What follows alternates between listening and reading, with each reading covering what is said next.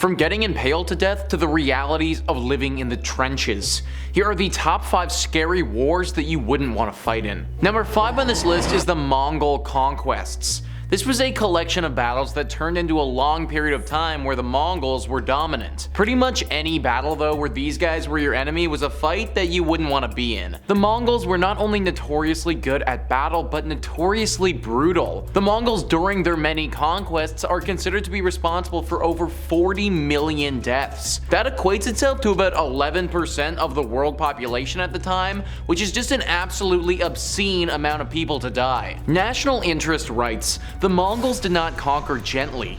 Between 1211 and 1337, they may have killed as many as 18.4 million people in East Asia alone. As Ian Fraser wrote in The New Yorker, for the cities and cultivated places in the Mongols' path, they were a natural disaster on the order of an asteroid collision. An example of Mongol brutality was the Persian city of Nishapur, destroyed in 1221 AD by Mongol forces who reportedly wiped out 1.7 million people living in and around the city. In their conquest of Baghdad, then the capital of Abbasid Caliphate, the Mongols embarked on a 7-day killing spree that killed 200,000 to 1 million inhabitants of the city. Exactly how many people were killed in the various Mongol invasions is difficult to pin down. Historians have likely exaggerated many of the statistics, helped by the Mongols themselves. The Mongols spread word of atrocities far and wide to demoralize those next in line for conquest. This demoralizing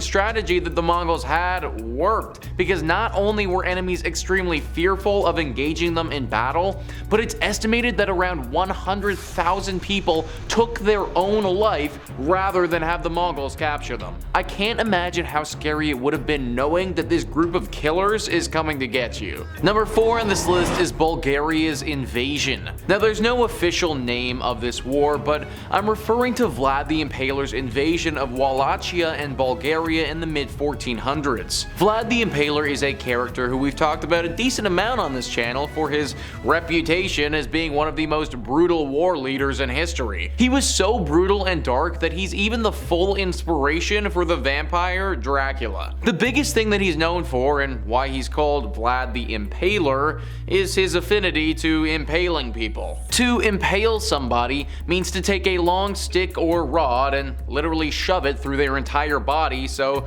that they're basically suspended by this stick. Now I always thought that this would be done after they're dead, but that's actually not the case. Many times this was done while they were still alive. I also thought that the process of doing this would kill the person instantly, but that's also not true. Lots of the times the object wouldn't be sharp on the end, it would actually be blunt. So it would just push through your organs and displace everything in your body. This meant that people could literally survive like this for several hours before finally passing away. I can't imagine how horrible that pain would be for those hours that you're alive, probably just begging to die the entire time. Vlad loved doing this to people and did it to thousands. During his conquest, it's estimated roughly 80,000 people were killed, which was a huge number for back in the 1400s. Out of those 80,000, a bit more than a quarter of them died from being impaled. It's said that the Ottomans once marched all the way to Vlad's stronghold to fight him, saw thousands of people impaled outside of it, and literally just turned around and marched all the way back. This was one of the times that they didn't actually fight, but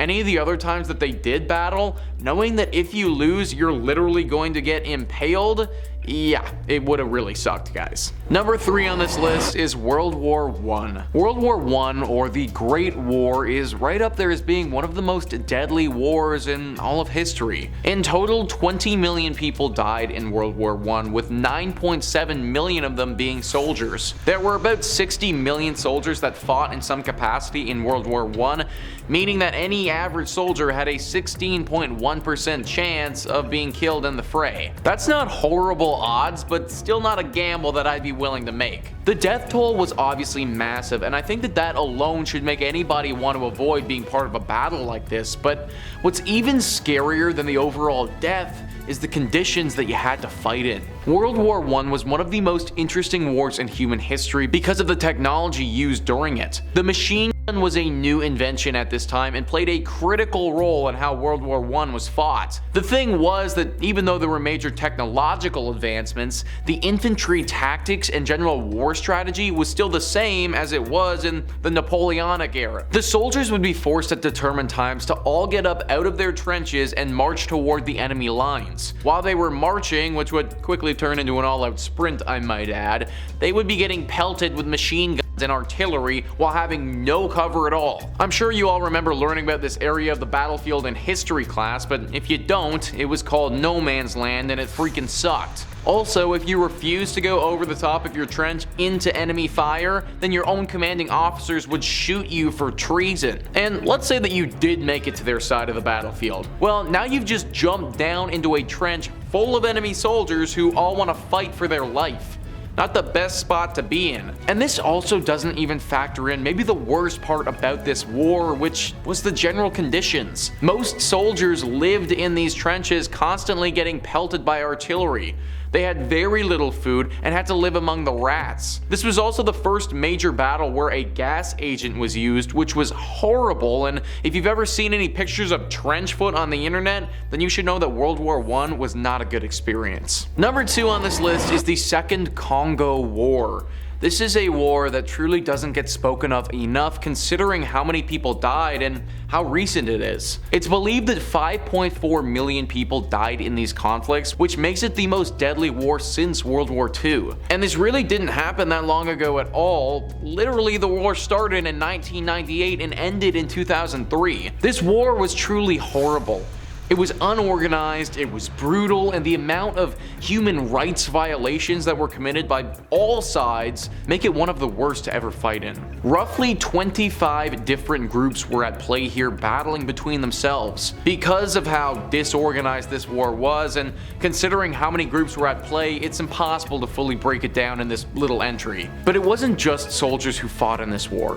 If you were a civilian living in the affected areas, then you would feel the effects of these battles. Your home could very easily get looted by opposing groups, and you could get taken and forced to do things that you never wanted to do. People would be changing sides on the daily, and it was hard to know who was your friend and who was your enemy in this war. Definitely a horrible and scary conflict that I never want to be a part of. And finally, number 1 on this list is World War II. World War II is the war that we are most familiar with.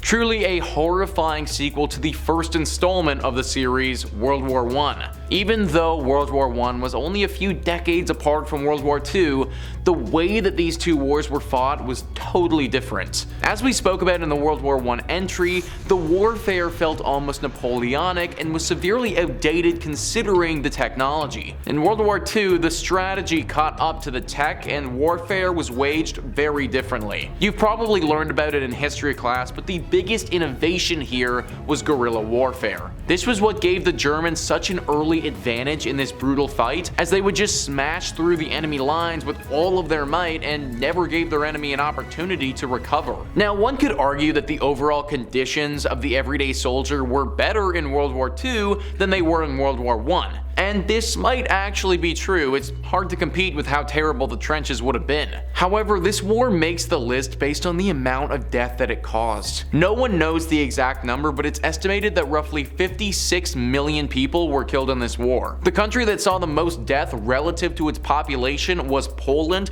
with just under 18% of its population dying. It was very likely that if you went into battle in World War II, then you wouldn't make it home. If you were captured, then it wasn't that much better either, because the prisoner of war camps had horrible conditions. It always blows my mind the scale of this war, and I can't imagine how terrifying it would have been to actually participate in it. But there you have it, guys. That is our list of the top 5 scary wars you wouldn't want to fight in. Honestly, I think the moral of this whole video is that all war sucks, and if it can be avoided, then it should be at all costs. But please comment down below what you thought about this list and some other terrifying battles that you wouldn't want to go near. Also, please hit the like and subscribe button. Thank you so much for watching. I've been your host, Nicholas Playlog, and I'll catch you next time.